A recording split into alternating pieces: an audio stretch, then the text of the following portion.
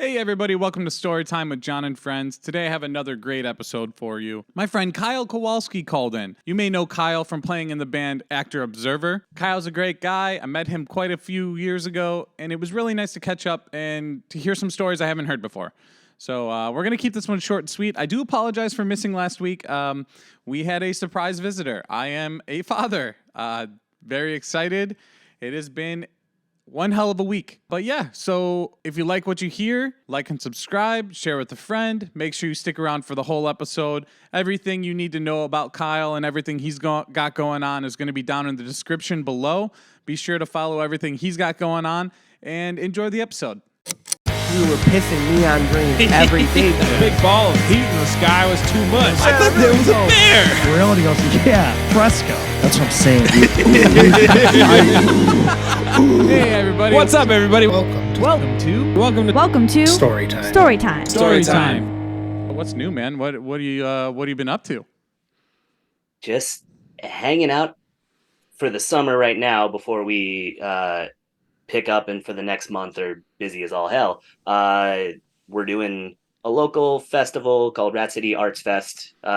Alston is a suburb of Boston, lovingly referred to as Alston Rat City. Okay.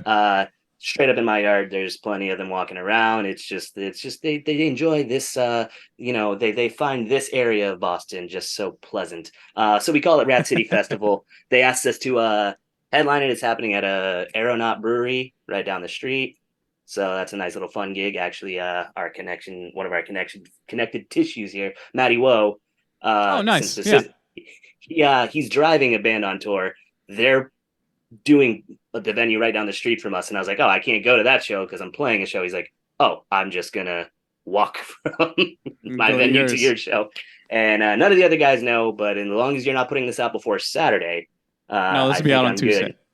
Perfect. So the spoiler remains in place, but he was like, oh, I'm just going to your show. Tell no one. I'll just be there. That's great. That's awesome. And then we have some others through and about. We're doing brewery show in Connecticut. Then we're doing another one with a Lost for Words in the South Shore, mid-August. We're playing with the Sleeping in Providence, which came out of nowhere. And then in September, we're doing a kind of a week run. It's kind of leapfroggy around, but it's with He is Legend and In Spirit, and it's starts and ends with two festivals. One is like Born Dead Fest in Albany, and the other one is a back to school thing in Hartford. So a lot of it's just falling on our plate. We started this summer playing Rat City Festival, and we'll just take good shows if they come to us. And they sure have. Yeah, so. I saw that you posted about the He is Legend tour, which is awesome. I Am Hollywood is still one of my favorite records from that era, Right. Which is sick. Yeah. But congratulations on that tour, man. And then didn't you just play a music festival too? Is that what you were talking about, the Rat Fest? That one's coming up this Saturday. That's a local one. The big one that we did do this year is Boston Calling. Okay. Yeah, that's Memorial Day weekend. And that's your level of, I think that's Boston. It's been for a decade now. We want to have a Coachella or a Pitchfork or a what have you, that kind of big thing. And so, cool. Yeah, they did that. And amongst the big stages, they also have an orange stage strictly for local artists all 3 days. And yeah, they were kind enough to extend the invite to us. And with the way time works, technically the Foo Fighters opened for me because they played Friday. I played Saturday. I opened for Alanis Morissette and Paramore. That's just how these things work. And that's how I'm telling the story. And that's on God. That's on God. Exactly. It's that simple. That's great, man. I'm very happy for you guys. It's very cool. It's actually, I feel like, I know you guys have been busy, over the years, but I feel like this year it just seems like you guys have been getting a lot of the bigger stuff, It does. Even for us, it feels like a ramp up has happened, but I've been with Actor Observer for 8 years, but I've been playing shows and trying to do this for 20, going back to my high school years. So every show feels like a big deal, but this one was just oh man. Starting with Boston Calling, the email felt like, no, there's no way. Because we've just been telling ourselves, they don't book heavy band, or when they do book a local heavy, it's yeah, we got Converge. And I was like, yeah, you have to be that level to be considered. So it always feels, even within the city, like there certainly is, and to speak to a greater height, was like a big hardcore and post-hardcore scene built into Boston. And I'm not going to say necessarily it's dead, but I never realized how much the rest of the Boston music industry just was like, yeah, that's there.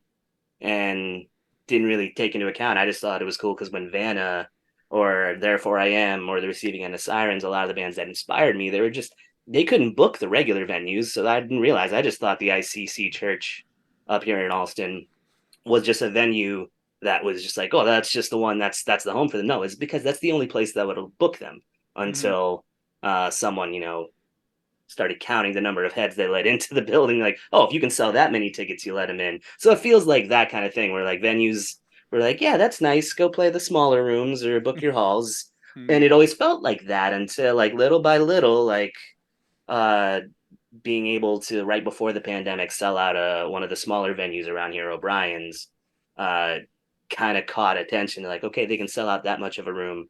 But then the pandemic happens and it's cool. Everyone has a clean slate. Can we do it again? In which we were, and it still feels like you're scratching and clawing and I don't know how to explain what clicked. Because, I mean, we have been working at it. We did record a new album and we put it out, but we did it ourselves. No PR, no label.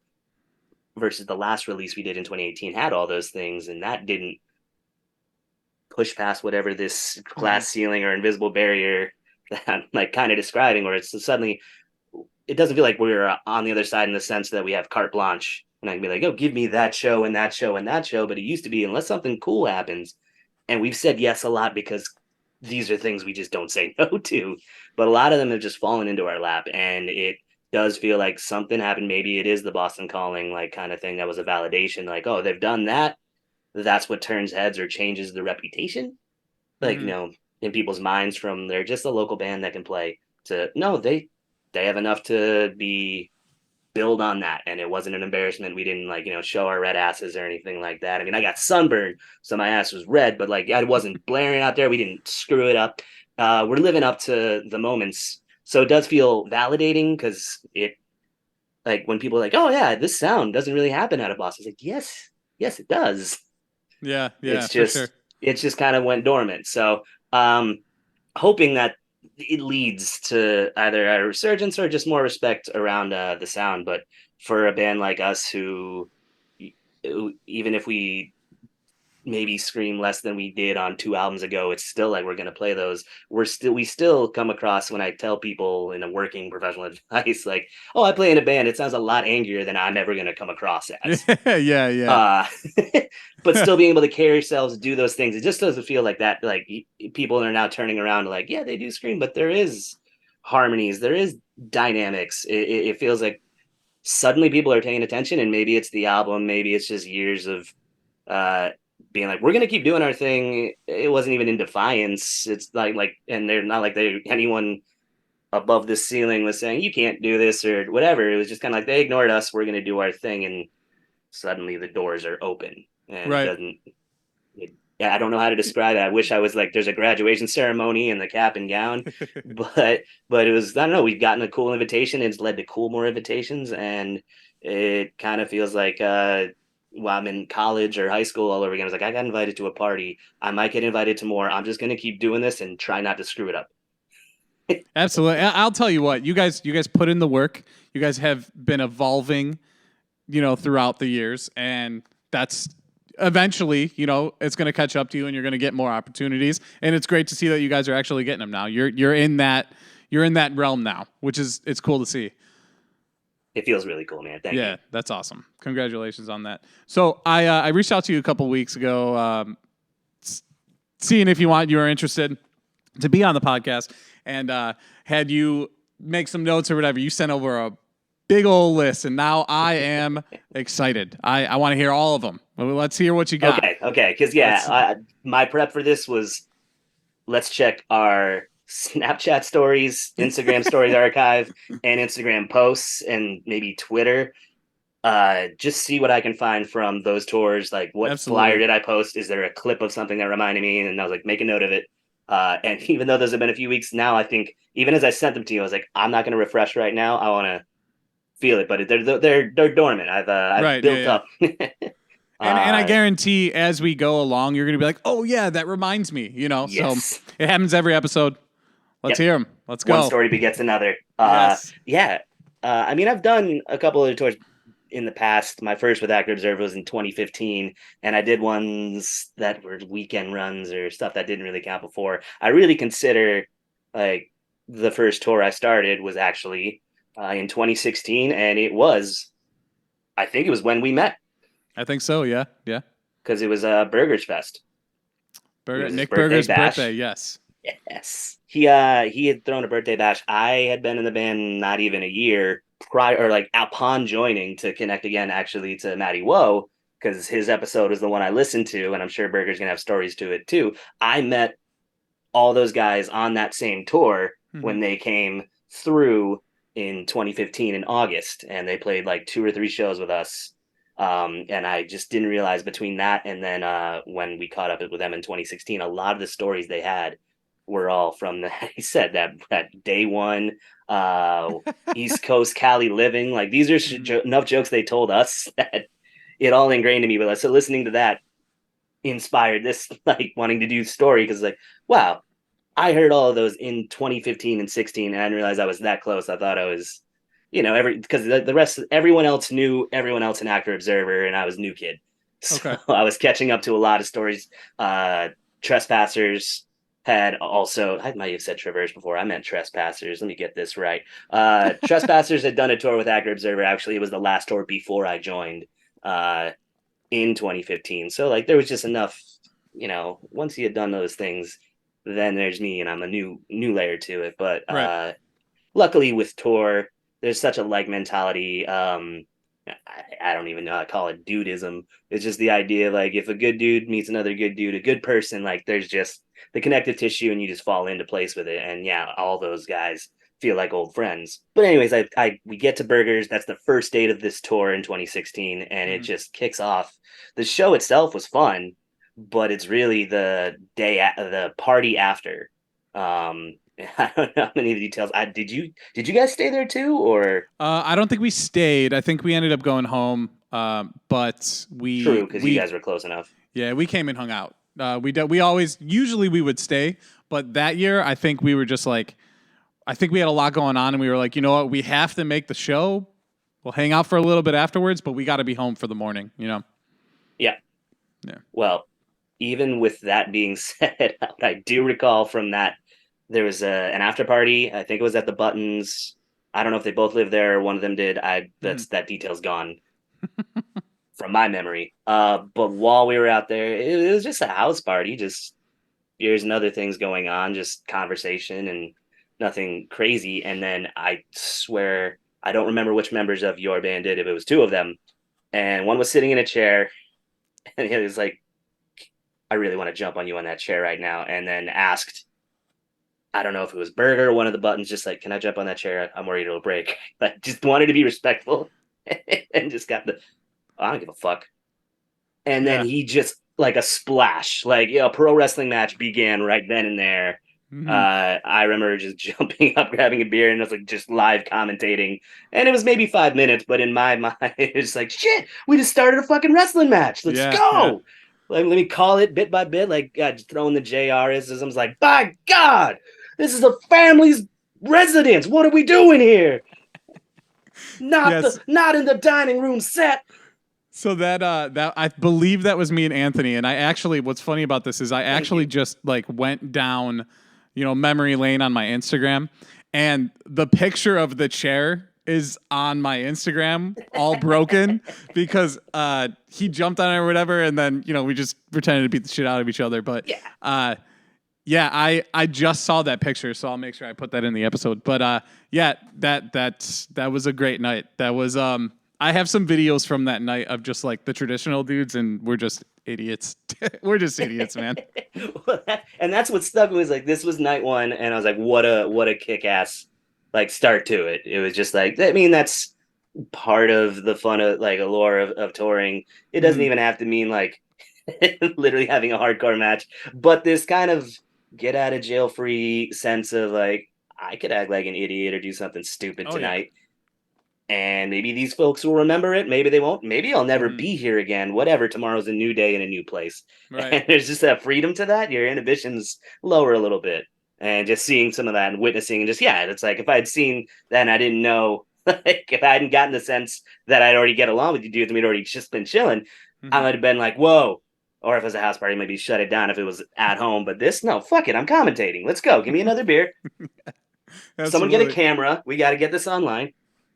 That's awesome. Yeah, we actually, leading up to there, we iced one of the guys in our band. Like walking up, we were like, "Oh yeah, can you hold this real quick?" And we iced him. We gave him a Smirnoff Ice, but it was like a 24 ouncer or whatever. Right. So, you don't give him a regular. No one gets a regular. No. So we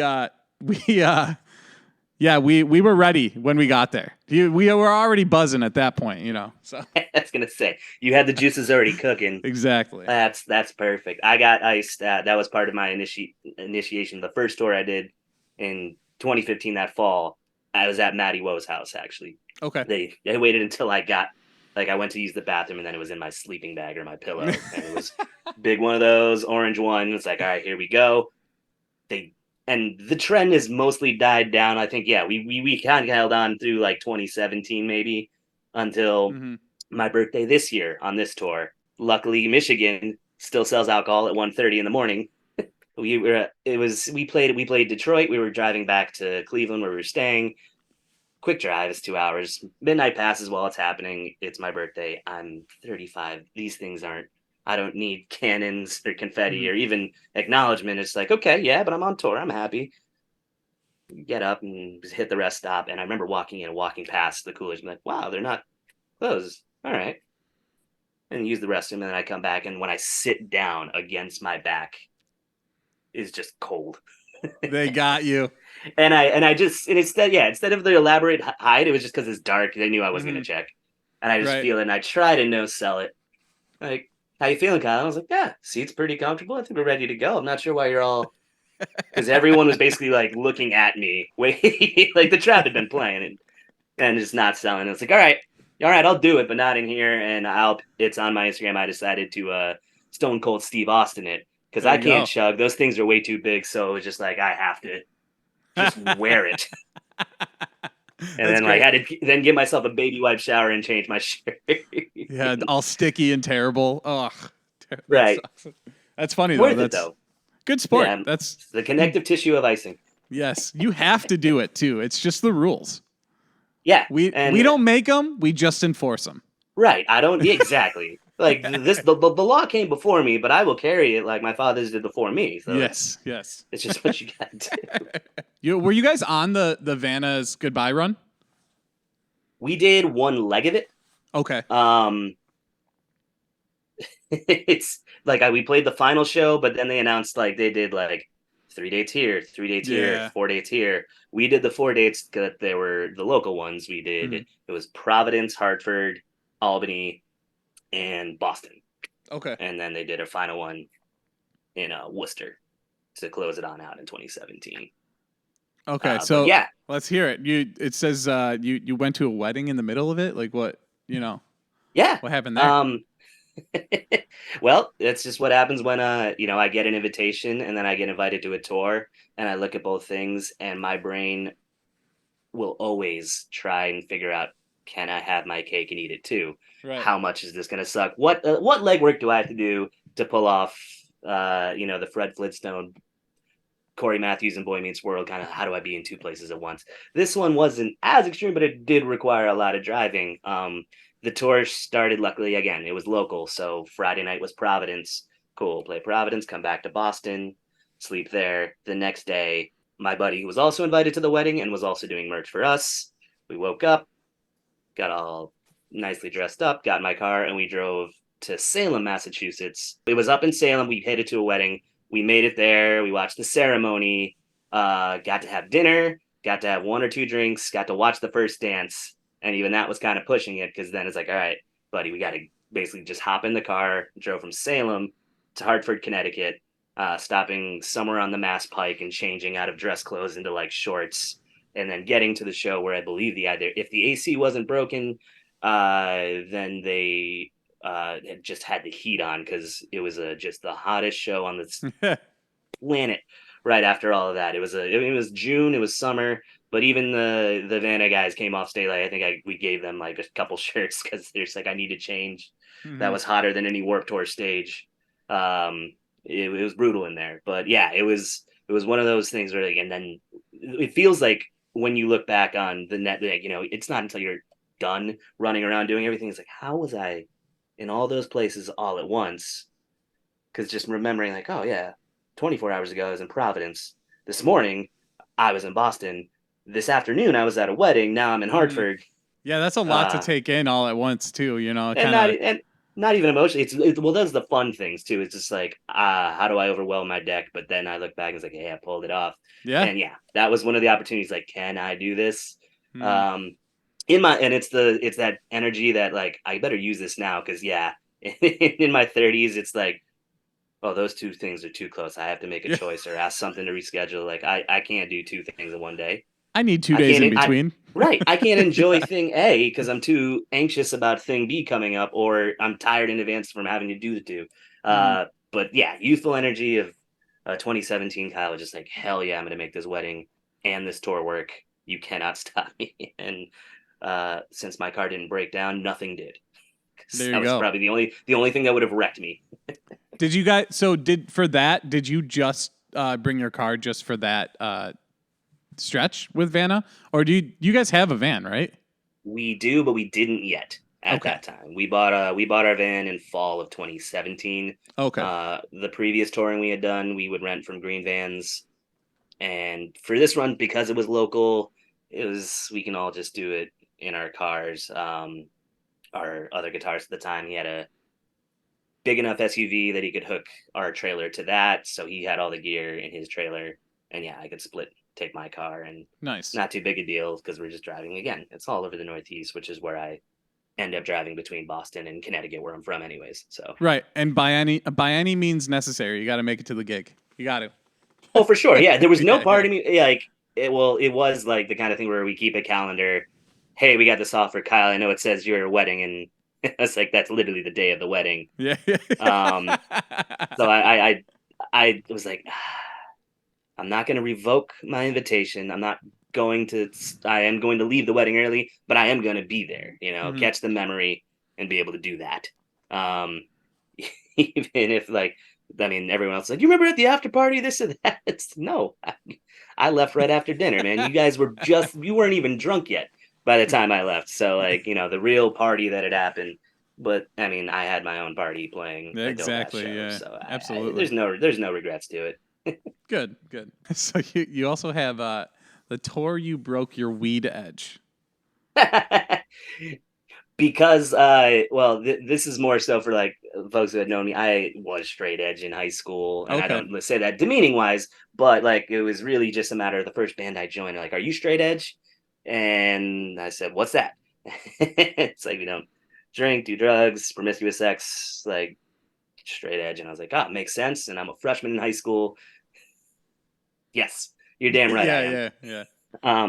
And I hold up I think the people who have the strength to do it, I fully support it. I back it. I always offer, not only do I love regular seltzer, but it's like, can I offer you a seltzer, hard or regular, like, to try and accommodate for folks. But one of the things I held on for a long while after I got into alcoholic beverages was, like, I just didn't like smoking in general. My parents smoked cigarettes my whole life growing up, so the idea of it, I just didn't want to do. And I had been in the band for 2-3 years, and there was no peer pressure, like, come on, dude. Like, it was really like, you don't want it? Sure.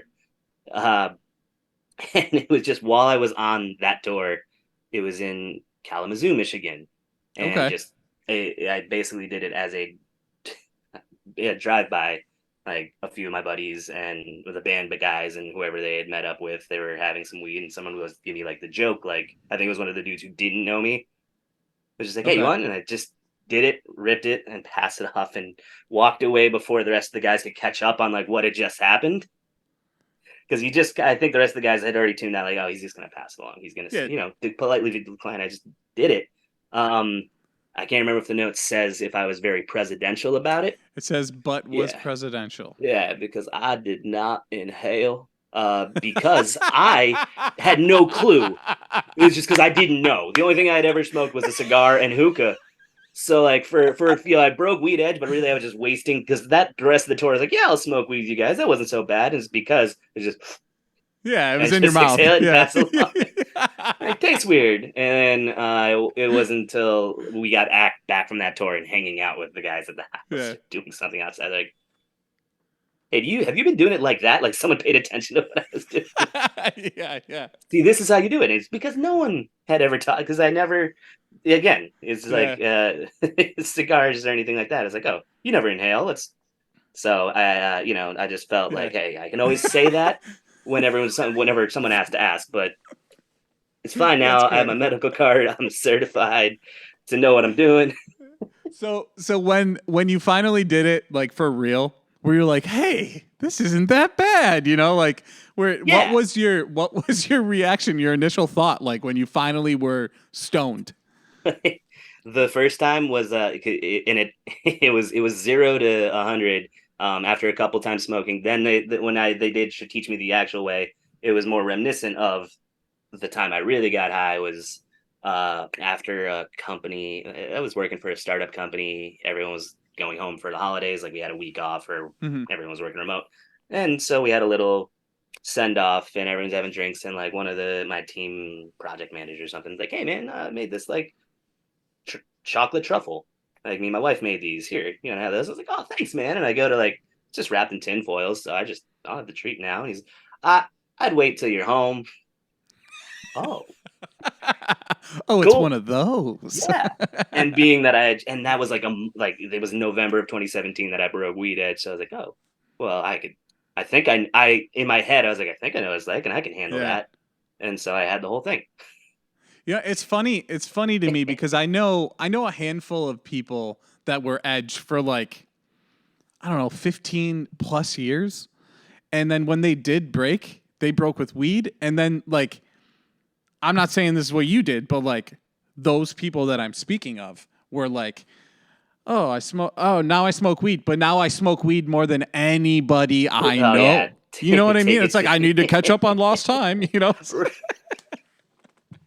It is crazy though. I really do feel like it's because that way. It is because it's accessible in this way. I mean, now, I mean, I say now, but like, that was 2017 when I got into weed. It was already decriminalized in mass, and by later in 2018 recreational, so the point where I can go to a store that looks like an Apple fucking store and pick up my weed. And this building used to be a bank, and you know, it's just all these things that are like, oh, it's also, and there's all, you know, everything is it's legal and like through stores and it's retail. They try and really gutsy it up, and all my friends are like, man, you never know what it was like to just have to play Madden with some fucking loser to get your weed and then like smoke it out of a apple bong or like a Gatorade bottle or like all the things my friends say, and like, and it was shit weed and you don't know what it was like. A Pepsi can, anything. And it was like, and I don't I don't envy you, and also like, I did miss out, but it doesn't sound like I need to like build the character. It's like that feels like that character. It made us tough, you know. Uphill in the snow, barefoot, with a apple bong. It just did break this way. So stupid. With an apple bong. But I took that edible. It hit me like a ton of bricks. Like I was paralyzed for a few hours, and then like when it finally came down, I was like, oh, now I know what it's like. Yeah. And then they taught me to inhale, and I was like, oh, this is like that, but not nearly as paralyzing. Yeah. And then it becomes, it gets demystified and it's less scary, but it was definitely a couple times of, I was just wasting people's weed. And then I was like, this is what it feels. Okay. You know, it's. That's great, man. That's awesome. So tell me about this burger tour in 2018. Burger had always invited us out to shows. He was usually our contact for trying to book Syracuse to get out there. And I think anytime we had a date that was passing through there and we didn't have a show, we would go out early just to crash with him and see the guys. And it was just always such a built-in part that Burger said, anytime you guys want me to go on tour with you guys, as long as you let me know, I can get work off or whatever, I'll do it. And that was the tour I think we had offered him once or twice, but this one was the one we decided, or not decided, we gave him the heads up. He was able to do it. It was awesome. I think he missed maybe the first or second day of it because of scheduling, one thing or another. That was like the one thing he couldn't do. And then he ended up meeting us out. We played this spot in Albany, Polly's Hotel. I think that's what it's called. It's a bar. He had a buddy drive him out from Syracuse to the show. Then he hopped in the van with us and was driving, we always, it's the guy who's the Swiss Army knife. He's like, yeah, he's our merch guy. He's sometimes our driver. He's taking photo and video. He's helping carry gear. He's our professional friend. Yeah. When there isn't really a designation, I mean, you can call him a roadie or anything like that. So he's doing a lot, but he's also our pal. He's just with us. Yeah, he lives enjoying for it too. And so like he was such a good energy to have on tour because if it's not like hell yes to everything, he's like, I'm going along for the ride, and kind of like while keeping a level head. Like he pushes through the danger, but I feel like he also like is like ready to be like, okay, like let's pull us in. Yeah. He's the tether of reality, or at least was for us on that run. And it was there's just several things where you would just be able to be like, no, you guys shouldn't do that, or that venue sucks, because he has some of the run, like he's had touring experience. He could make explanation or like suggestions, and then there was just other things. Just having his presence which would just make a memory even cooler, because you could just be chill. Like he would either be chill about it. He's like, well, I've never done anything like this before, and that's a first for me because like he's had so much of those touring stories. Right, yeah, because he's done not just the Fortune and Fame stuff. He was doing Honest and everything else, and then he did it with Trespassers and everything. He's done so much, it's crazy. Yeah. So the more I talk to him and realize it's like, man, you like connected tissue. Even when I say transit, like realizing how much of Fortune and Fame had done with them, and just realize, shit, these people that I know, and and just creates that backstory just by knowing him. I think. Well, the two other notes I definitely put on there, because I'm trying to think of just moments with them. Maybe it'll just come up to me as they go. But I know the two top ones from that tour was breaking into and staying in a house. I will remove names from. That was we played a show in Baltimore. Our next show was in Richmond. We didn't have anyone to stay with in Baltimore. There's a fun weed story that our singer Greg smoked, and he's like myself, where he never really did it and would do it, but when he does it, it zonks him out entirely. And so he's having an episode all these guys like, all right, we're gonna get out of Baltimore. Hey, you go take a nap, because we keep a futon in our van. Not mattress, like we took out the back two benches and put a futon mattress down. Like, you take a nap, we're gonna figure something out. And my brain now, 35-year-old, says hotel tonight, or just an app, find a hotel, just go crash. Right. 2017 brain, 20 years. No, we'll stay somewhere for free. We could do a Walmart parking lot, this or that. And us, let's see, let's remove all degrees. A member of my band had an ex, we'll just say an ex and not detail the level of relation, whose mother, and she is from a state between Maryland and Virginia. Maybe it's one or the other, flip a coin. And was like, she's not home right now. You guys can get in through this key here. Have that. Yeah, okay. Hold on. That's not like... Yeah. You guys were good in case. I mean, she's, to this day, the mother is none the wiser. Okay. To my knowledge, unless there was any fallout from it. Because, I mean, we came in, dropped off bags, like, I get this room, and the couches, and then, like, we took showers and then kind of packed things up. But I think we brought in, like, a 12-pack of beer, and we drank it in the living room. But we were still trying to be like, no, don't leave traces, don't break anything. Yeah. But yeah, it's the most innocent way of saying we broke into a house, but at the time the neighbors are like, what is this 15 passenger van and trailer? And you're being secretive. The fact that you were trying to be respectful too, because you're like, we shouldn't really be here, makes it more sketchy. Because you're like, just let's not get any noise complaints, nothing, because we don't want them to know we're here. Right, because officers check in, we could cover our tracks the best we could. Band member could have said, I'm doing this because I have this connection to these people. Because he knew names. If anyone, any of the rest of us was like, we don't even know. Like, I don't know. Like, I have removed names, but even as I say that, I was like, I couldn't even say their, I can't recall. Right. I just know the states and I know who's connected to it. So, like, it was... There was permission, but not if you ask the right person. Right. Still, like, no, I don't know. Still extremely questionable. It's the equivalent of being like, "Are you hungry? Yeah, just go behind the counter at McDonald's and fix up something. Whatever."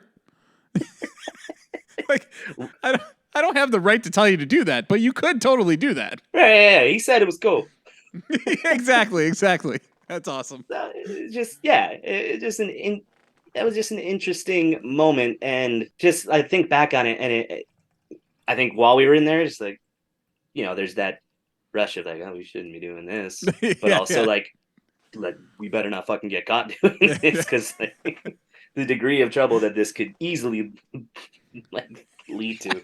But it wasn't. It's not until I go back on it, I almost forgotten about that story until I talk about it. I was like, oh, we broke into a house that time, yeah. Just thinking about it.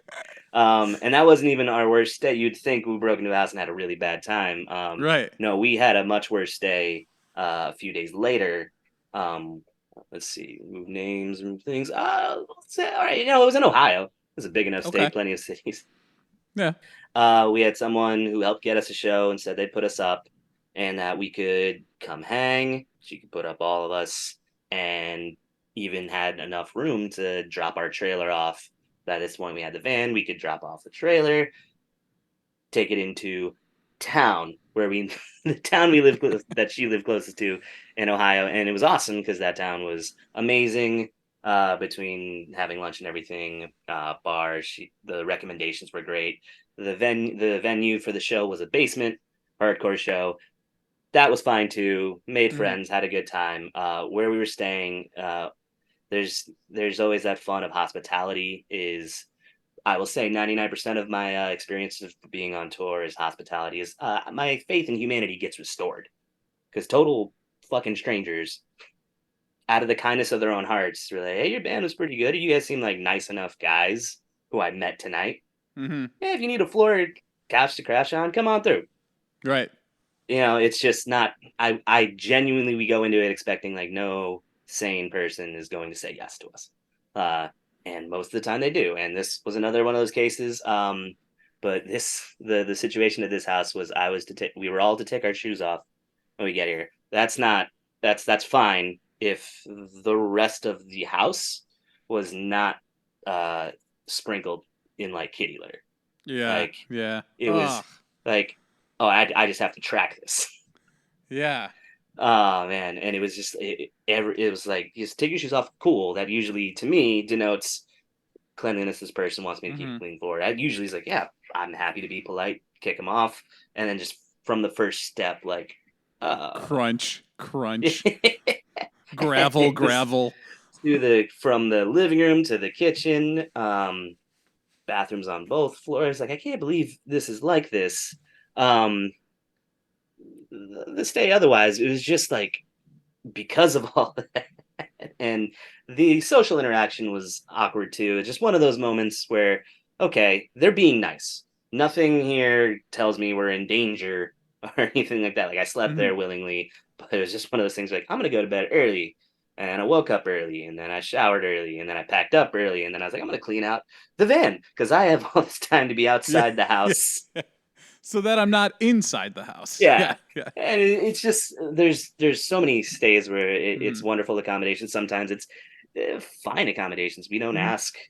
I don't need the penthouse suite or anything. Like, really, if we have a yard or just somewhere where it's like, oh, will we not get in trouble, and maybe a working bathroom. So 5 dudes stank. can be washed off for the next day. Absolutely. But yeah, there's just some accommodations where everything was nice, but then we got there, and even that sign usually doesn't tell that. It usually says, "All right, nice, clean place." And from the first step, just when you could feel it through your socks. Oh, terrible. So one of the I have two stories of like when I was like, okay, that was terrible. And the first one was actually at Nick's house, Nick Berger's house. So we played a house show at his. This was like early on when we met him. We played a house show at his house. They called it the Homeward House, where Rob lived there and Tim lived there, I believe. There was like a group of people that lived there, and they're all the homies. You know, I love all of them. But so we played the show, and this is not their fault whatsoever. And honestly, I didn't even give a fuck. At the time, I didn't give a shit, and I don't care either now, really. It's just thinking back on it, you're like, wow, I've come so far to where I couldn't do it anymore. You know, I've grown too accustomed to what I have because I haven't toured in years now. So, but we played the show. We are up partying all night. Just after the show, everybody's hammered, smoking weed, cigarettes, going in and out, whatever. And me and our guitarist at the time, we look at each other. We're like, dude, we're so tired. We have to drive to Albany tomorrow or wherever we were going. And it might have even been further than that. I don't remember. It doesn't really matter. But we're like, all right, fuck it. Hey, where can we sleep? Pick a spot. Okay, we're picking the spot right here. Take our sleeping bags, put them down, put our pillows down, get in them. I put my arm under my pillow, and it's just a puddle of beer. I didn't check. This is my fault. I didn't check. I didn't do anything. I was like, And I was like, you know what? Fuck it. I'm here. I live here now. So I slept the night. Yeah. Got up, took a shower, did whatever, and then left. But yeah. That's literally the other side of the coin of us. Started with like that. Get out of jail free. It's a new day the next day. You can do whatever. There's those other moments where like, well, this sucks. But at least it just sucks like this for the next night or few hours. Yeah. And like, all right, I can get a new pillow or I won't sleep in this puddle tomorrow. Yeah, and then there's that abandon of just or resignation of just this is what it is, but it's just this tonight. Yeah, oh yeah. And honestly, like as long as I got sleep, I never gave a shit. So, are you a big Marvel guy? Yes. Yeah. I don't even know why I hesitated. I was like, I mean, I've fallen off a bit more now. Yeah, but, there's too much. It's flooded. The market is flooded now, and I understand that completely. Yeah, and I try and now cherry pick. I think it was like real life kind of came back into the fold, and I wasn't hanging out at home as much, for the first few, when they started streaming series, the first 4 or 5 on it every week. Right now, I know there's Secret Invasions going on right now. I watched the first 2, or I think I watched the first 2. I got to catch up to 2 or 3 more, but I've missed other series entirely. Yeah. And I know it's out there. I know I can get it, and I know I can hop back on the train because, I mean, yeah, if I almost said like, no, I'm not into Marvel, but it's almost in that way of like, I'm always a Batman fan. I might just be in a dip right now because I'm not that interested in Batman, but like the next time it's because it's a year since the movie came out. I've dwindled down, but the next movie comes out, I'm back on that ride. So like I say, oh yeah, I'm a little off on the Marvel, but I loved Guardians. Oh yeah, dude, it was so good. It was so good. I'm sorry, I had to stop for a second. Totally. That fucking first. Okay, so the first one was my favorite Marvel movie of any of them. The second one, it was enjoyable, but it wasn't anything great. Yeah. And then this new one, they just nailed it. They really did. They did. We're able to take emotional beats because I think enough investment in it happened. Because the second one when it came out, I felt very much like almost like, I mean, I'm cool if you're gonna keep making more, but it felt like on this week's episode, right? Yeah. And it like I mean, big things did happen, but at first it was like, whoa, that didn't have as much of like this world expansion. It was like, here's a couple more characters. I got why emotionally for the movies to come, why it made a whole lot of sense. But yeah, watching it was like, that felt like an episodic, like, cool, this episode is just about this and we're going to move on. It's not a big tentpole versus this one right from the jump. It was just like, the amount of tears I have wept. Oh yeah. For a cartoon. Oh yeah. raccoon. Oh yeah, dude. I've never felt closer to this being. It fucked me up. It fucked me up for like a good portion of that movie too. My wife too. She was like, "What did you take me to see?" You know, it's like one of her favorite movies too is Guardians as far as the Marvel universe, and she's just like, "What? We didn't expect this," you know. But Yeah, because the first one is such a fun, like, I mean, it gets the Star Wars comparison just because it's like it's this whole other world, but it was colorful and it was funny yeah, and it hit on beats and just yeah, it was like you said, like nothing I had seen before, and it really right. made it work out of an IP that when I saw the trailers, I was like, what are you announcing? And one of my coworkers at the time loves the comic books. Is like, no, dude, read these. You're gonna love this. Yeah, for sure. And yeah, the And second one, and then the second one didn't really make me. I mean, the father stuff did a little bit, but not nearly to any degree of this sense of family and belonging and betrayal. right, yeah. So I look at it this way too, and then we'll move on because I am curious about your experience trying to get to see Infinity War, but which is where I'm leading to. But Yeah, I will say it just feels like one was the perfect origin story, right? Like Guardians of the Galaxy 1, perfect origin story as far as like learning about each character and how they came together. And then 2 wasn't so much that. They tried to make it that with the father, but then 3 was just another incredible origin story of Rocket, which is why I feel like I love that one. I love the first one. The middle one, it's good, but it's not, it doesn't hold up to that standard of 1 and 3. agreed. I think that's like it's like that glue that needs to be there, but as far as itself, it's not its own. You know, it's not as pivotal because yeah, I think it feeds into so much of what makes the parts of their story in Infinity Mm-hmm. War, Endgame, even the little bits they had in Thor, and Mm-hmm. they had a Christmas special until like and Yeah. 3. Like a lot of those, cool. You know these characters a little bit more. But as far as like, yeah, I can't point to a major moment other than I mean, there was his dad, Yeah. and then and then Yeah. I that didn't mean, work out yeah, because you're then it not was. wrong. I mean, it was settled by the end of it too. There isn't this next thing versus Guardians 1 kind of is Mm-hmm. the introduction, like the idea of Infinity Stones, which leads us to the Infinity War. Let's hear your experience of going to see that because you have it down here, and I'm curious as to what Yeah. happened.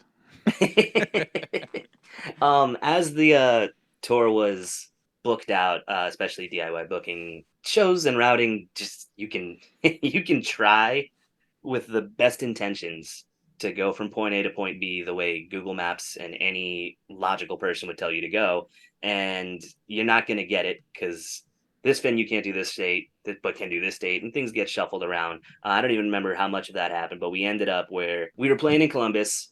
We had a day off, and then our last date was back in Boston, and so we have a day off. We could spend it just all right. Let's get a hotel, see who can put us up. We played this house show in Columbus. This ties also into the have your cake and eat it too spirit and trying to plan things out and already having things booked and then finding out about other things. I think it was like, oh, Infinity War comes out while we're on tour. Oh, well, it's not the biggest deal. I can wait 3 or 4 days to see it afterwards. Or as we're in Columbus and just the idea gets planted and usually I say these things and I have the spirit to do it, but convincing 5 or 6 other people who probably don't want to do that is because the Mm-hmm. idea was like if we drive overnight from Columbus to Connecticut, where my band member Nick, he lives in Central Connecticut, just further along the way. We can find a movie theater in that town. We can just drive from Columbus, Ohio, leaving this show right now, and make it to this showing at this movie theater if Maps isn't lying to us, and we just go for it. At first, it got some hesitation, and then I was like, well, what else are we gonna do? Sleep here, wake up, spend Mm-hmm. the whole day driving. And we were still going to drive to Connecticut. That was still going to happen. But Right. it was like if we forego a night on a floor and everyone just sleeps in the van while 2 people suck it up, drink energy drinks, and get us there through the night. So that was a spirit. That's what we went with. And yeah, we left that show at 11 or maybe midnight. And we made a 4:30 showing of Infinity War. And I think that was a Thursday or a Friday. It was the opening weekend. So we ended up not having to wait till after the tour, but it was Mhm. just whenever it was an evening where, cool, we're going to do an overnight drive and I wasn't the driver, I'm going to get myself a little more drunk because I'm terrible at sleeping in the van. It's just not comfortable. But if I can zonk myself out, I'll stay out.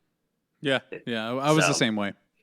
So while we were at that house party, found out who had liquor, bummed the shots with the rest of the guys who weren't going to do it. And then we were probably the quietest and most pleasant passengers, and the drivers just got to listen to what they wanted. And Berger was one of them, I remember, because I do like the next day, like, groggily waking up, probably sleeping until like 11 or noon for a rest stop. I'm in my pajamas, just changing the bathroom, being like, what is my life right now? I don't even know what state I'm in. All I know is on the other end of this is Infinity War. And like Nick getting in and finding what time it was, like, you still feeling good, Nick? He's like, yeah, just got a coffee. I can go again. And realizing it was 11:30 a.m. And he got in the driver's seat at midnight when we left. And he was bombing at 12. I think I don't know if he did the whole thing. I think eventually our co-pilot was like, dude, no, the next 2 hours, let me finish this. Yeah, he's a tank. He's always like, he's a tank when it comes to driving on tour. Yeah. It's crazy. It's amazing because I've done overnight drives or long drives, but even when we do actually now unless we have to do an overnight drive, we avoid it. And in general, we try and keep it to 4-hour shifts. Like, cool, you've been driving for about 4 hours. That's usually about the amount of time it takes us to need a gas stop or someone to need a rest stop. Mm-hmm. Cool. Swap out drivers. Just don't let Right. your eyes or brain get tired. But this was, again, 2017, where that conventional wisdom had not set in. And also, Berger said he can do it. And that's all I need. And he got us there. And until someone said, nah, man, go take a nap, because otherwise you're going to sleep through the movie. Yeah, true. That was the bigger reason for the concern, honestly, not his health. Yeah. No, you need to enjoy this just as much as we are. And yeah, we watched it. And it's, especially when you watch the first time, it just, like, besides The Empire Strikes Back, and even that, I've never seen a movie where the bad guys won in a big way. Yeah. in a I don't know how to resist. Then I know what the movie was called, and I know the events of Infinity Gauntlet. So I was like, are they gonna do it? And who goes? Mm-hmm. And just taken aback by that. And some of the other guys aren't as into it, but they got drawn in by it. And like the 6 of us went and had dinner at Nick's mother's house, and Angela's a wonderful woman. She makes us a nice pasta dinner. It's delicious. And normally we always show up and then there's a vibrant, it's us being goofballs. It's a show. And the way we were all kind of solemn. You guys are so upset. Like they didn't have to do Peter Parker dinner. like She's that. like, is the tour going bad? And we're like, no. Was the movie bad? No. It was great. And just taking bites, but being like, I can't begin to explain. And, it's like, I can't begin to explain to you the emotional beats of, yes, these comic book characters. Was like, I've also been watching movies about them and getting so connected. Yeah, dude. For almost a decade with these guys, and then they're dust. and you got Peter Parker going, I'm scared, Tony. I'm scared. Like, come on. I don't want to die. Kind of. Oh, yeah. Even trying to bring it up now, it's like, oh. It's we the don't vapors. talk about that. Yeah. But yeah, it was one of those. And then we woke up the next morning and we're like much better spirits. She's like, oh, good. You guys feel better. It's like we slept and I think I was like, I dreamt about like wondering like my hand turning to dust. Like, where would I be in that moment? It was so fun. But yeah, it was, and I think he had texted her like, yep, this is the plan. We're gonna drive overnight, see this Marvel movie. So like there's an expectation of energy, and just to be, we had feel like I just witnessed an execution. Literally. Yeah. Literally. Of all your favorite people. Yeah. Like I think of it like that was one of the things where I think even after we talked, I was like, I'm glad I don't have kids, because I don't think what the hell would I do if I brought them to see? Yeah, it's the like, idea if this happened, of like this is hitting me at 20 something. Let's rewind. If this had come out when I was 8, yeah, emotional beats I couldn't take. Oh yeah, it's the idea of like something very traumatic happened and you're devastated, but now you watched it happen, like not only did you hear about it and you're really upset about it, but now you watched your friend get murdered or some like crazy shit, Yeah, like a badge of honor. It's taking a trauma as a badge of honor. Like, you weren't there. Yeah. You don't know what I've seen.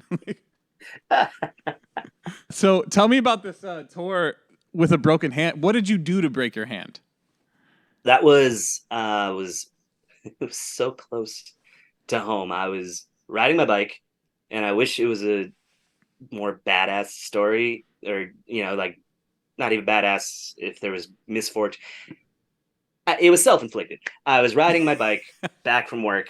I was on my block. I was close enough to home that I got careless and was like, I can just take my phone out and see what the texts are while I'm still steering. And it just had a little bit of a wobble one way, which happens when balancing on a bike, especially when you're driving like an idiot with one hand, and then wobble up, and then overcorrected and took myself down. And I just went, forward. Hey, the phone was fine. But my right hand, I fractured this guy right here. I've done the same thing, man. And like I had actually fractured the ring finger before, so it was like as it happened, as the energy hit me, it was ow because I fell, and then there's the scrapes, and then it wasn't until after I got home, and luckily I could just walk home and clean up. Like even the neighbors that saw me do it, was just like, well, you guys know I'm an asshole. Yeah. Because I wasn't going fast. I wasn't like danger. I could have waited 30 more seconds. Yeah. That's funny. But the way I landed, the way it felt after I cleaned up, I was like, I'm pretty sure this is going to swell right up. Like the last one did, like Mickey Mouse hand, which it did.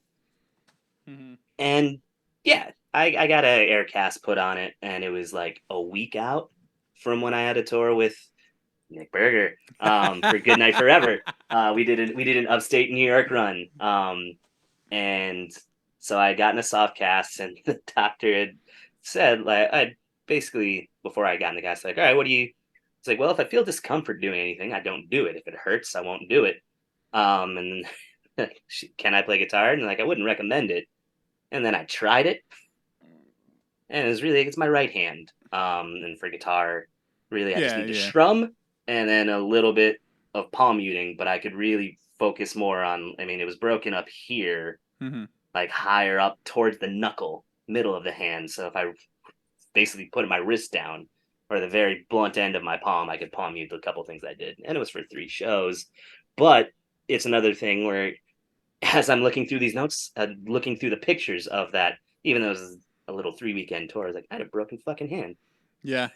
I forgot I broke my hand, basically. That's funny. I wore that cast for maybe 2 more weeks. I wore it for as long as they said that I should. I never went back for a follow-up appointment because I had gone through the process before. Mm-hmm. And also, again, there just feels like there's sometime, maybe it's turning 30. I don't know. Maybe it was sitting down the pandemic and just having enough time to reflect on dumbassery. It's like, I thought well enough that I know my hand better and I can do things again and it doesn't hurt, so I don't need to go get a follow-up. But doing the tour, it was really, it did come down to, well, I can't carry gear with this hand, so I gotta get out of jail free to the point of, I was just overcompensating.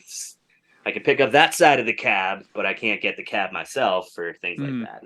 Yeah, when I first went, because I went to the ER for it, both fingers, both times it happened, they gave me a cast up to here. Oh, what? And then I show up the next day or 2 days later at urgent care or make an appointment with like the hand specialist. It's like, this is overkill, right? And they go, yeah. And they take, it's just what ER will do. They give you an x-ray. They're like, cool, throw a cast on it, get them out of here.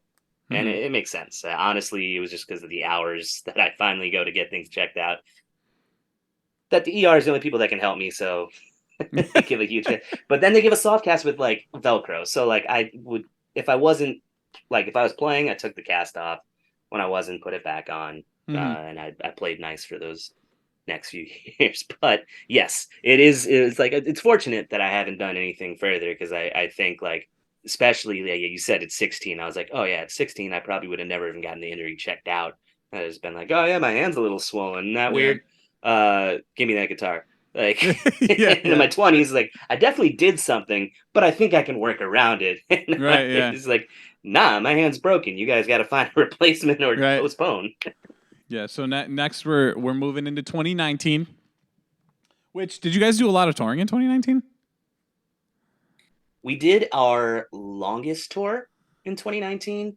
We did 3 tours. I would say it was starting to reach a heavier level, and then in a pre-pandemic issue, we had a member lineup change, which didn't kneecap us up, but it took us out for a summer and a Okay. fall to reconfigure, relearn songs. Because 2018, as all that was ramping up, that tour with Burger and everything, we had signed with No Sleep Records, and we're getting the process of putting out the record going. It came out in August. There was potential, like, hey, between No Sleep, our management at the time, and the effort of putting out an album, we want to do something with it. We thought there would be a tour that we could hop on. I don't need to name names because none of it happened, so why speculate? Tried to hop on a tour to support and get that exposure out. Anyways, it didn't happen. So 2019 was like, cool, we're done waiting for that. We'll just book our stuff ourselves. Mm-hmm. So we had done 2 before the summer of 2019 because it was after we'd done a 3-week. It was 2.5, 3 weeks. That was our longest tour in June. Right after that, our bassist decided to essentially retire from music. Okay. He's always had he couldn't hear out of one ear, so he was always at a 50%. Had always been working with that, but I totally understand. It was a lot of overcompensation, and then also you're damaging that one side. How much more do you have? And he's through physical therapy, getting some doctors. He's got his own formed like earplug now. He can come out to shows and is dipping his foot back in now. But in 2019, he's like, I got to figure all this out. Right. And who can blame him?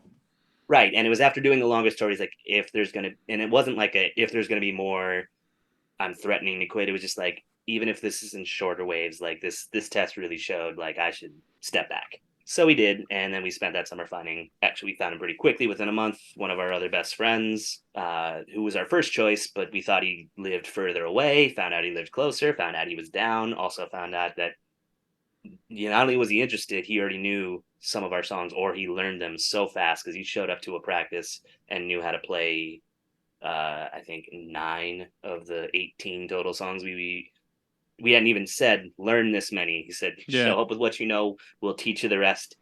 And he could play 8 songs without maybe a note or 2. Yeah, that's awesome.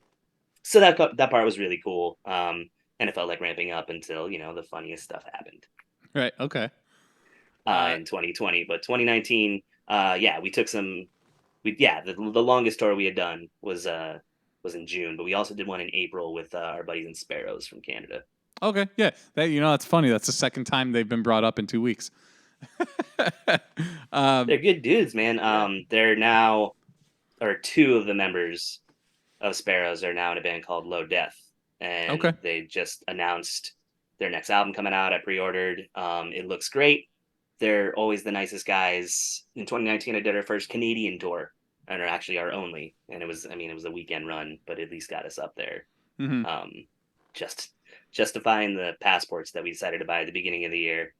Like, damn it, we're doing this. And then by December, we got it in. Nice. Very cool. So when you guys have like a few music videos out there. In 2019, you guys shot Reuptake. Is that what it's called? Reuptake. Yep.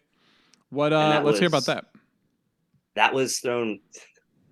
It's like our idea of having your cake, eating it too, and also like, what can we do? Okay, we want to work with this person, but he lives here, or can only get here, and can only work these dates, and we already have this booked.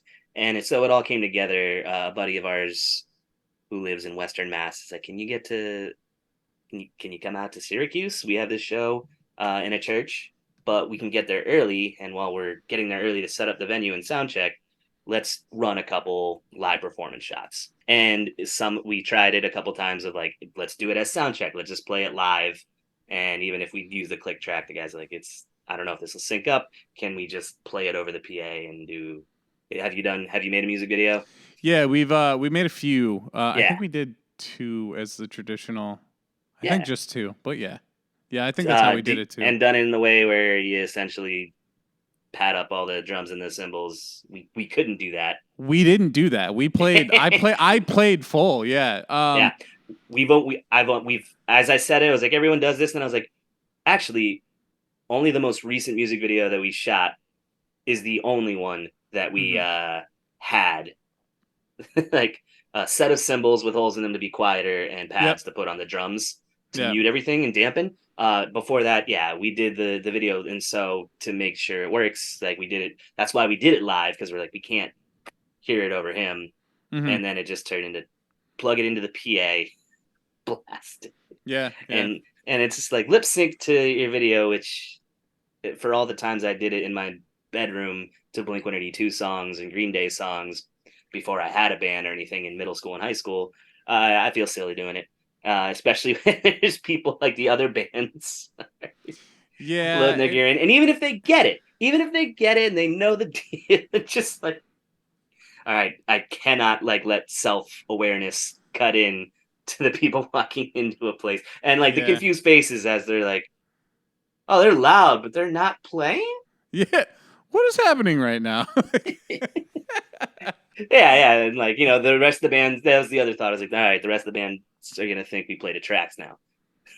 And what was the idea behind the black and white? Was it just more aesthetically pleasing?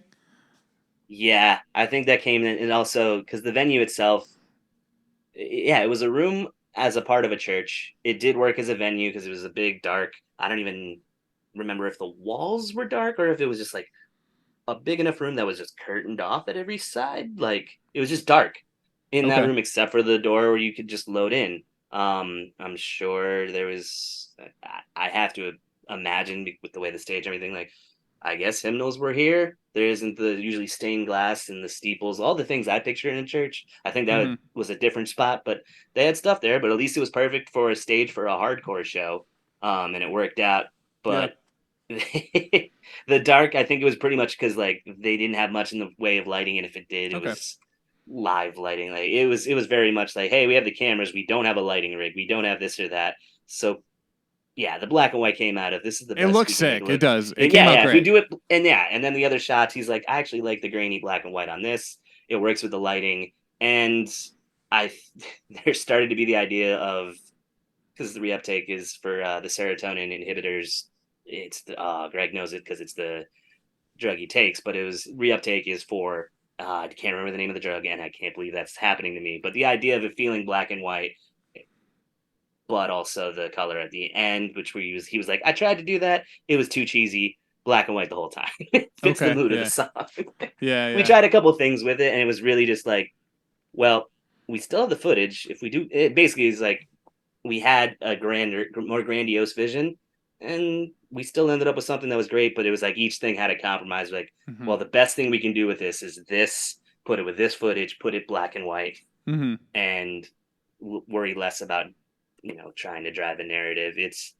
It's fun making music videos when we start thinking about them, because you can think of narratives, plots, and things like that. And it's hats off to people who make movies or films or anything long form. Because when I just think like, plenty of times I've imagined a music video, not just for my own band. Going back to wrestling, I can think back to listening to Linkin Park songs like In the End and being like, this would be a perfect montage video for this wrestling rivalry, and just like put together that, or like this music video, like I can picture this, and just having that treatment in my head, and then even trying to get a shot, like, that's wrong, and that doesn't fit it, or it doesn't look like you would. Like I have a huge set of respect for those who can not only envision but pull that off and know it's going to work out, because I just have this vision, and once we get to somewhere, it's like, well, that doesn't look like in my head at all, and I just don't know how to frame a shot or scope things out. It's really, I gave up on drawing as a kid because it never looked like what it looked in my head. It's a set of art I enjoy, I cannot recreate, and I just appreciate. So I actually I dabble with video editing and stuff. I do a lot. I do all the editing stuff for this. Cool. So I've gotten quite like a lot better than I was over the years. But so me and Anthony, the singer of Traditional, actually are in a 90s popish band, like pop rock band. called Genesee Hotel. And we had a record come out last year, and I had this vision. I was like, guys, I have this idea. It's a brilliant idea. This should get us so many views, right? We shot a music video with my Ring doorbell. I do remember. Yes. Yeah. Yep. So you and Anthony post about it. Yeah. Yeah. So it came out pretty good, but it just didn't do what we expected. But dude, like having the vision in my head and then like trying to put it together took so much work and so long. And that idea of like going back to what you were saying with guys who are like, oh, I have this idea, and then having it come to fruition and them actually pulling it off. It's like, even when you get that shot and it's not what you expected it to be, the idea of being like, I can make this work. Like, it's not what I expected, but I'll make something out of this. It's fucking mind blowing. That unrelenting spirit for it. Yeah. And so I give a lot of credit to the people who do that shit. And honestly, dude, I pulled up the video while we were talking. It looks great. It came out awesome. I'm happy with the results. I just like, as I'm thinking of it, I was like, why did we shoot the video? I was like, well, we couldn't get, it was like location, timing, narrative. A lot of the things all fell apart, but what we put together, I'm still happy with and proud of. I mean, when we sent it to No Sleep, because there's all that baggage you carry on what you couldn't do. I don't even remember if it was apologetic, but I know just the way we were talking about the video, and we delivered it to No Sleep, and like, awesome. Yeah, we'll throw it up here. Like, sick and happy to roll with it. Just like, there's just that in art, or it's just like, if you didn't meet your expectation, it becomes baggage. Right. And then almost like the thing you hand off, you see all the flaws in it, and all the things you couldn't do and what it couldn't be. And you hand it to someone like, this is amazing, because all they see is what you give them. Right. They're happy with it. And you just got to remember that. So I think... and you're your own worst critic too, you know? Oh, so. For sure. Actually, another funny story is we have another video that we did as the traditional. And we started shooting the video, and we got a call that day, and we were like, hey, so we have this thing out here. It's like a free concert series at the waterfront on Lake Erie. And the one year Wang Chung was playing. And our buddy calls us. He's like, hey, can you guys play? And we're like, we're shooting a music video. He's like,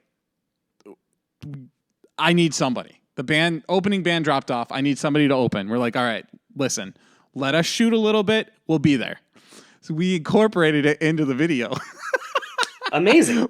But it's hilarious because the one shot, it's on us a bunch, whatever, because we did like our whole plan. It was in Anthony's bedroom, and then some other ideas we did sprinkled throughout. But then to incorporate it, it's us on this big stage, and then you see like the big LED screen with us on it and like all this stuff, and then it does a crowd shot, and for our crowd, there's like 50 people, and then it goes back to us, and then it goes back to the crowd shot, and it's like thousands of people. But it looks like it's our crowd. It is so funny because if you're not paying attention, you don't catch the first one. You only see the next one where there's thousands of people. It's really funny, yeah. Because that spins. Yeah. Send that my way. It spins a narrative too of just like, it's as if you're at the show and you're like, yeah, there's some people here, and like it fills in. Yeah. Like the idea of like them playing has garnered this many people to turn their heads and like, come on, honey, no, funeral can wait. Exactly, yeah. That was a fun video. That was an interesting day. But then the video ends with us like at our favorite bar, like diving off the jukebox and like getting all rowdy and crazy, because that's how we just were at this bar anyways to begin with. But yeah, it was a funny story there. So tell me about this birthday show at a church. The church.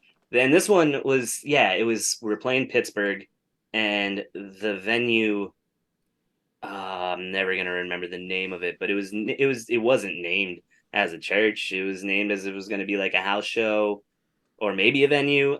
We had no idea. And again, so my birthday, it hit while we played Cleveland the night before. We crashed in Cleveland, got a nice cool vegan brunch.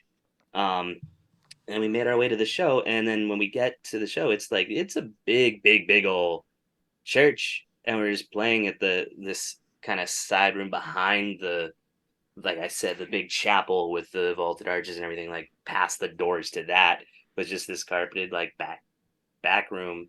And it was a faith group of folks who were all very nice people. They put on the show, and they were stoked to have us. But in terms of promotion or like, did anyone else know this was happening other than the church group? Then no, that was a no. Like, it wasn't promoted like a show that other people were aware of unless you were part of this church, and specifically down for the youth group, and past that had done any like research into the band, because I wouldn't say, like, it's not like we're Satanists or anything like that up frontal to the church, but it was us and Sparrows that were heavy, screamy bands. Which, not to say that there isn't a place plenty of Christian hardcore bands, Under Oath, etc. But whoa, it's not dude, don't say associated. Under Oath is Christian. Yeah, I got to pull that card back. Whoa. Right. Fat Mike made enough jokes and they stopped. I don't know. No, they did their thing. But it was just like, we got there, and it became, it's not like, again, I don't need the fanfare on my birthday, but it was like also an area where I don't know if it's because of the church or not, but like it wasn't in Pittsburgh, it was outside Pittsburgh, so not a bar or even a sports bar, or just like, it's just on my birthday, like, can I go get a burger and a beer? And just like, this environment isn't necessarily where I imagine spending.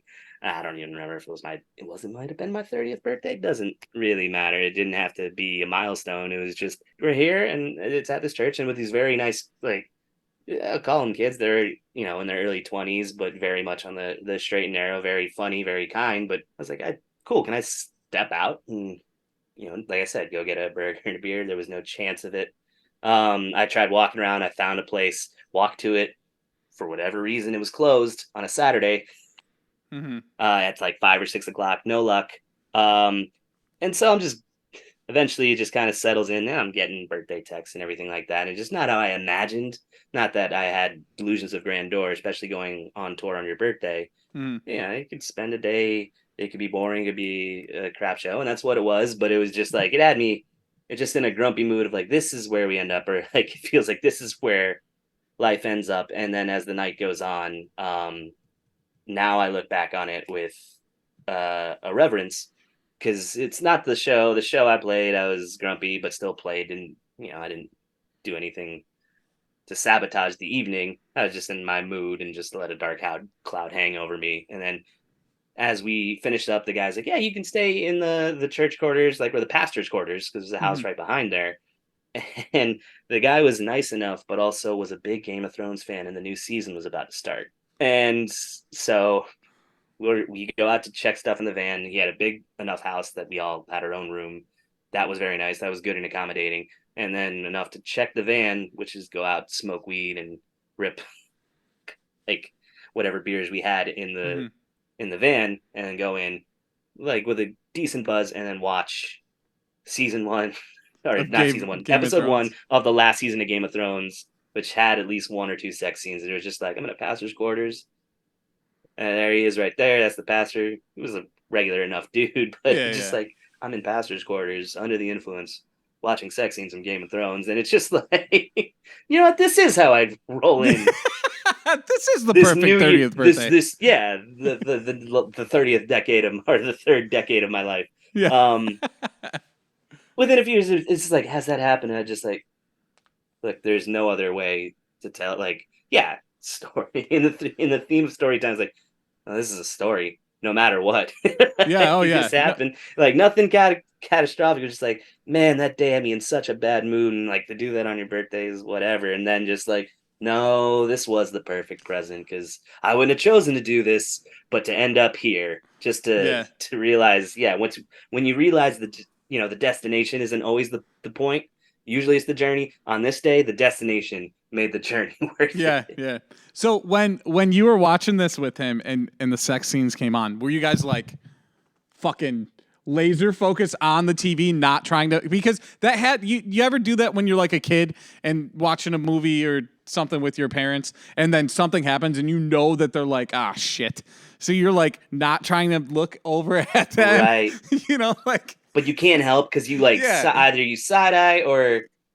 I mean, especially with parents, it's just like that. I've looked to you to respond to things my entire life, and and you think you've grown out of it, but you do that. I definitely side-eyed it, but also it's like I'm not just gonna look at the dude, especially being a little stoned and like new to it. That it was like enough paranoia where I was just like, just think about how funny this is and keep watching. Yeah, that's hilarious, dude. Like hold it in so we can talk about it later. I don't know how any or. That specific question we didn't go over. The next day we're like, well, I'm never watching, like I can never say that I've watched Game of Thrones like that ever again. Yeah, no, I was you've like, experienced well, Game of Thrones. I guess I can't write that off, but I don't imagine, or at least the premiere of the last season, like there was so much hype. Like I bet we all pictured we'd hang out in a hotel or find something else. That is funny as shit, man. That's got to be so. I grew up in the church. My brother's a pastor and all that stuff, so. That's to me is just really funny. They've all and they were nothing but kind to us. Letting us into that chapel. They let us walk into because they had they had a big like one of the giant like pipe organs, and we're like, you guys want to like walk up and like check out the behind the scenes of that, and it was gnarly. They were all super nice. It was just not where I imagined ended up being, which was made me mad at first and made me so glad at the end. Right? Yeah, that's funny. So, have you ever missed any days on tour? Missing shows, okay, as a band, no, but yes, in 2019, we had committed to doing a nearly 3-week, I think it was like, I can't remember if it was 3 weeks that we were going for, but like 3 business weeks, where was that, or 15 days, or if it was the full 21, I don't remember. What I do remember now, looking back, was as we booked it, the job I had at the time, I only had so much vacation time, and we had already done a run. The one I had talked about, pastor's quarters and whatnot. We'd done that in April.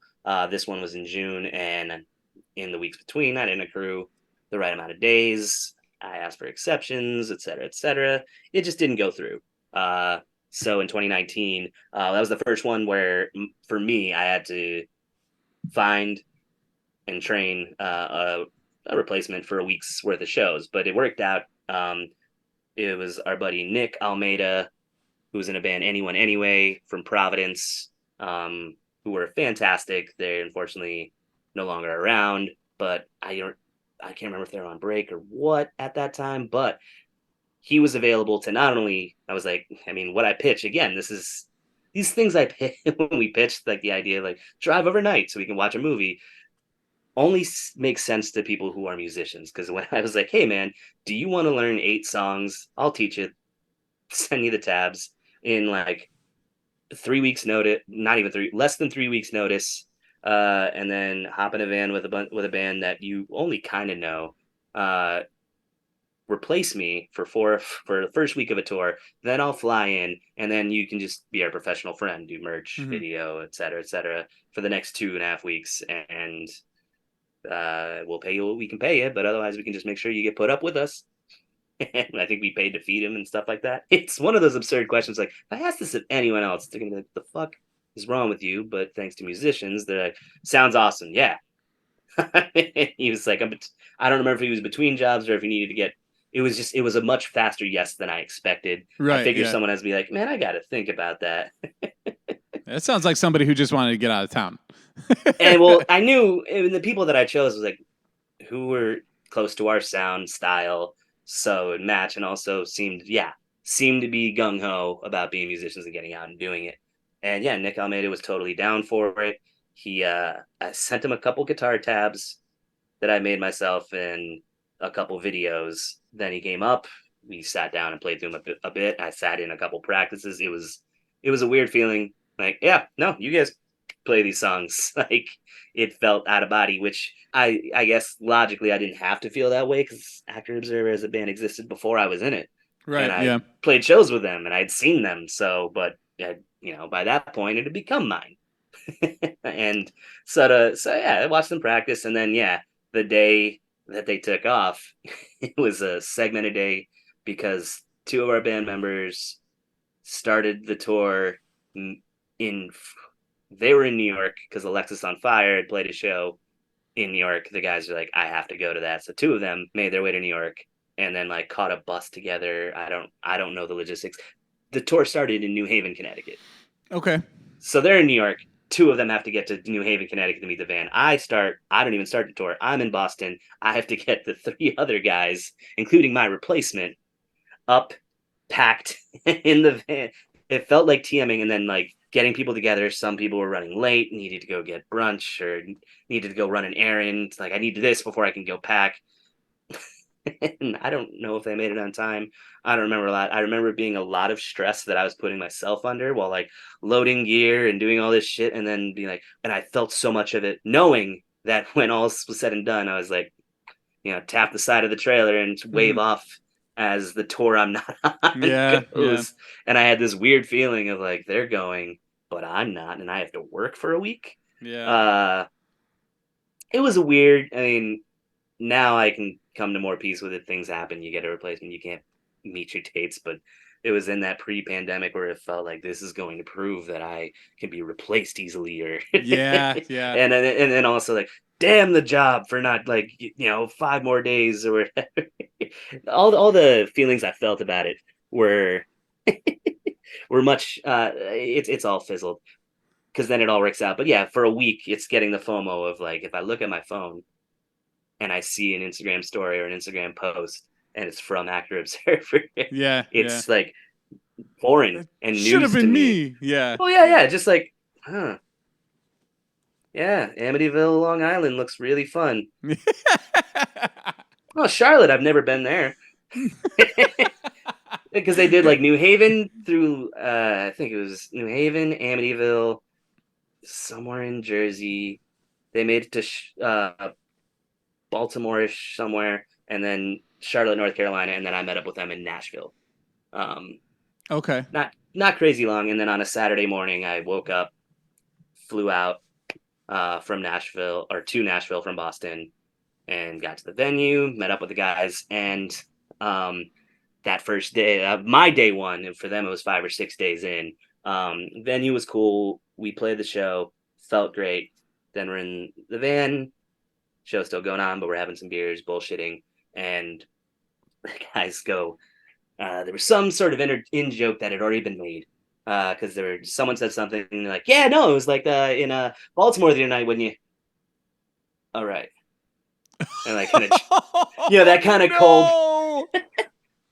And I was to this member's left, so as he says it, I just grabbed like the seatbelt of the van, and I was like, yeah, totally. I had to work and just sit at home and watch you guys do this, and just wrap it around.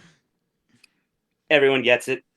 I'm making the joke of myself at the thought of missing this door. I didn't feel good about it. They knew, but they cut right into it. It was like, oh, you weren't there.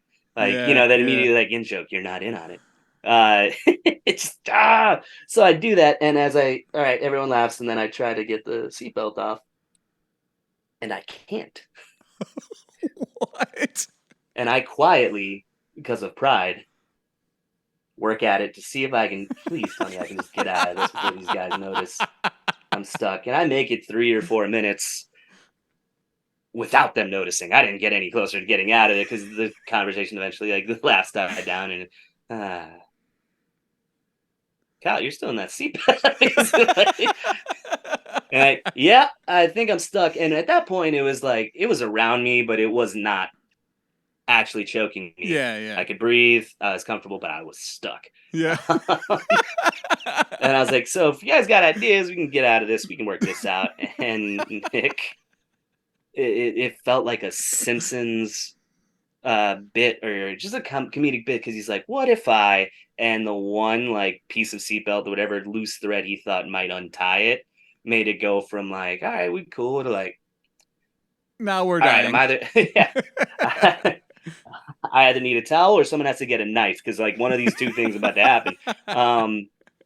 And luckily in Nashville, like Brett got out of the van. That's the first group of people he saw. Anyone have a knife? 6 knives come out. Runs back, we cut it. And like as soon as it let go, it's like all right, we can laugh about this. Like, even as it was Yeah. happening, it just like it got a little bit tense, and I was like, if I stay calm, I can still get breaths. It's not cutting me off, but it's a lot more uncomfortable. And I was like, if this gets solved soon, then it's really funny. And if it doesn't, it's going to be funny too, as long as I don't die. This is And once the knife was ridiculous. back, and like as it's cutting, it's like, okay, guys, no, that was funny. And That's absurd. like, I gave them permission to laugh right away. Yeah, dude, you have to. And from that, we had already had we could never decide, but our big in joke and part of the things that we say, like, you know, when I'm out on tour, that whimsical feeling of, all right, let's just go for it, just be out there, like play out or be more of an ass. It's commit to the bit is what we've always say. Like, all right, if you got a joke, commit to that bit. Like, we've definitely had days where like we had a couple dates on one tour or wherever, like several people had said, oh, you guys you're from Boston, but none of you have Boston accents. And rather than us explain, yeah, well, 3 of us are from Connecticut and one's from not from Boston and the other's from New Hampshire. We live in Boston. We're like, cool, next date, we're going to sound like we're from Boston. Yeah. That town's just going to think we have Boston North Shore accents. Yeah. It's, how you doing? Not even that. It's a New York accent. I can't do it on the spot because we just like talked it up. Yeah, exactly. Oh, Boston. Fucking kid. Oh, the fucking drive here. Can you believe this shit? They didn't let me whale. Yeah, New Jersey didn't let me park. I can't park. Jesus Christ, I can't even talk right now. I can't pump my own gas. What now you're just doing this? Mark Wahlberg. Dude. Yeah. Well, and that was pretty much it. Because I don't have I fake it. Right. In Commit to the Bit, we could never decide on what we wanted the tattoo to be. But now, let's see if I can get one in. Let's angle this up. Okay. And it is an infinity symbol of a seatbelt, but it is cut. That's hilarious, dude. I'll send a better picture of it. But yeah, definitely send me that. Got it. And yeah, it's just within that tour, we had discussed like for a while, Commit to the Bit was always us. The bit we would commit to is meeting people on tour, getting conversational with them, and then asking them if a hot dog is a sandwich, and counterpointing until like an argument had broken out. Right. Yeah. And so for a while, it was going to be like, let's just get a hot dog and commit to the bit around it. And some people were like, well, I would get this because I think this is a sandwich. So I was like, I'll get Planet Earth. You had 2 pieces with the bread on each side of it. That's a sandwich. Like all the arguments of it, permutations. And then when this moment happened, it was like, no, that was committing to the bit so hard I almost asphyxiated myself. Yeah. So, favorite place to play? To play? Yeah. Favorite memory of a show that you played? I think the one that sticks to me it is Syracuse. Syracuse is a home away from home. Yeah. And it can be Berger's birthday show, but most recently it was the best show of our tour. And it's actually another, the aforementioned birthday show where the night before I stone cold it at Smirnoff. Mm-hmm. The next day after we woke up in Cleveland, we drove to Syracuse. So not only did I see all those fellas, but that's a place where playing all those birthday shows has turned into a built-in fan base. Right. And for a while it felt like, no, these are just our buddies who come to see us and maybe some of them friends. But now it's like, I look out and it's like, I don't know a whole lot of these people. Yeah. Yeah. But I don't know them, but I recognize them from the last time. That kind of feeling. And it's just, that's a payoff that we get. Always love playing there. We used to play this place called the Raven Inn in Baltimore. It was another great spot. It was it was a towny bar with like a little like sliding door that was basically a hall show right next to it. Okay. And there was just a charm to that I always loved too. That's so I'll awesome. put those 2 up. Any venue in Syracuse, I can't pick out of one. That was just my favorite town. And then I would say the Raven Inn. What's the like the craziest show you've played? Like the most memorable show that isn't Syracuse, as far as like was Vanna like insane? Like that tour, was it just insane?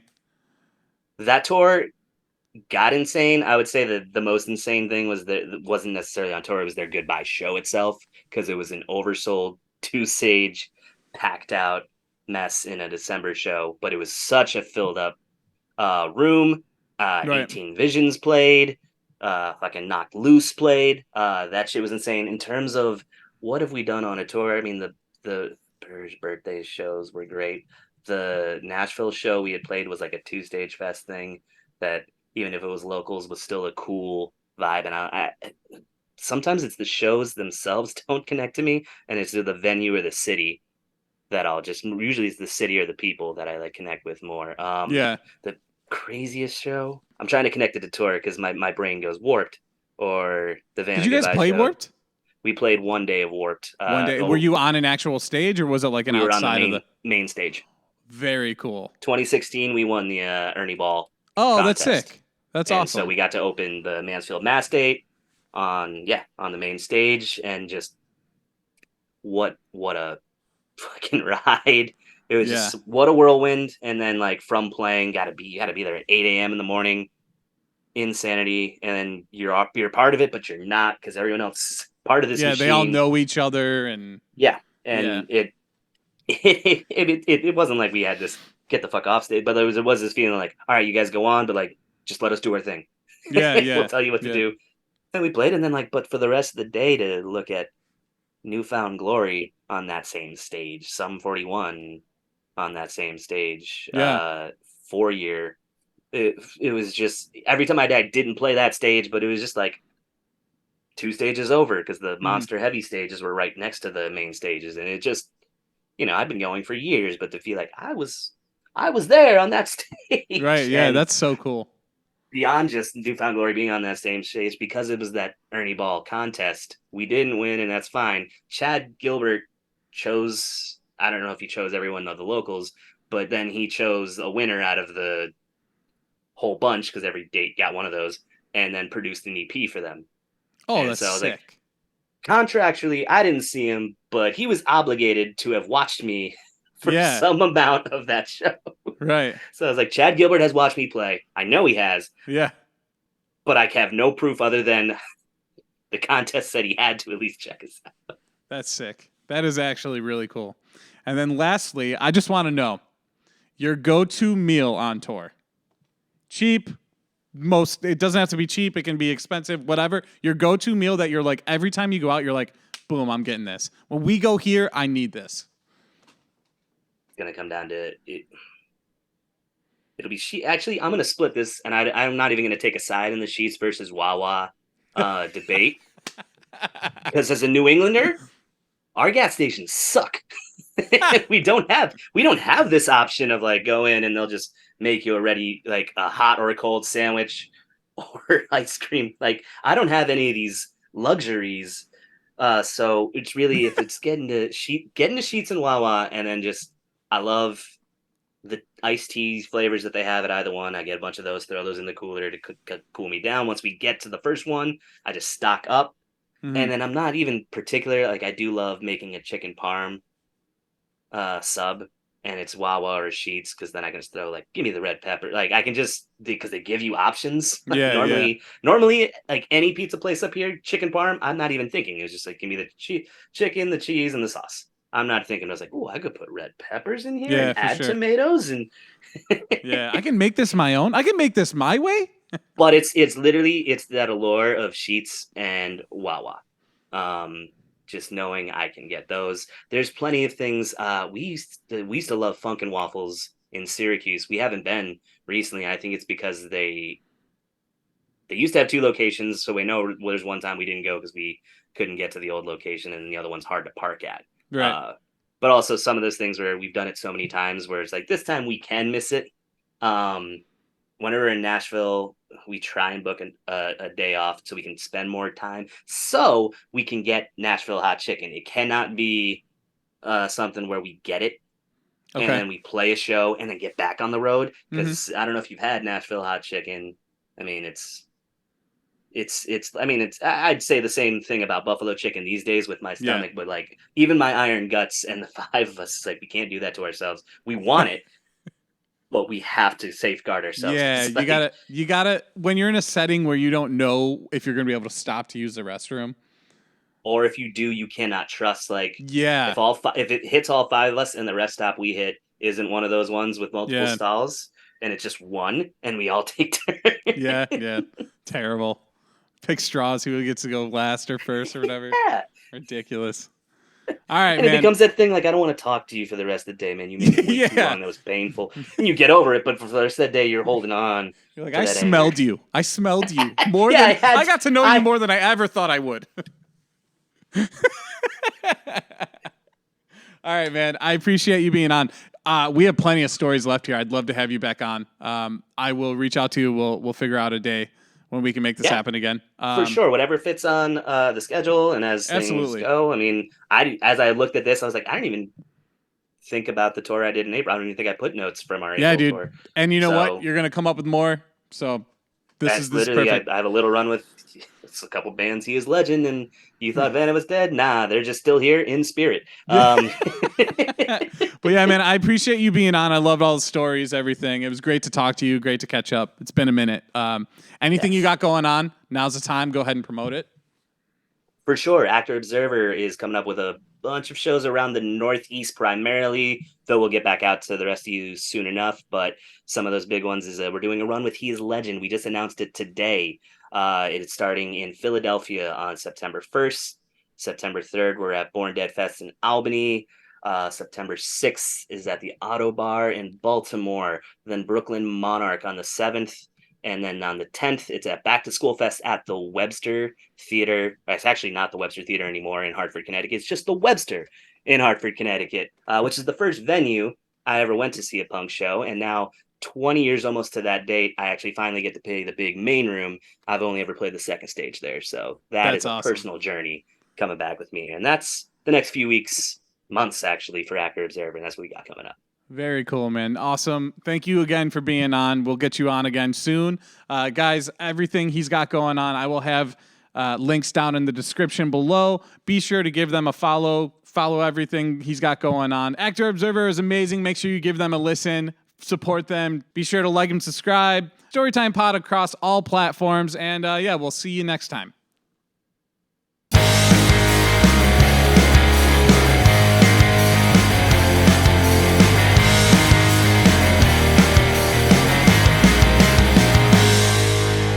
Bye, bitch.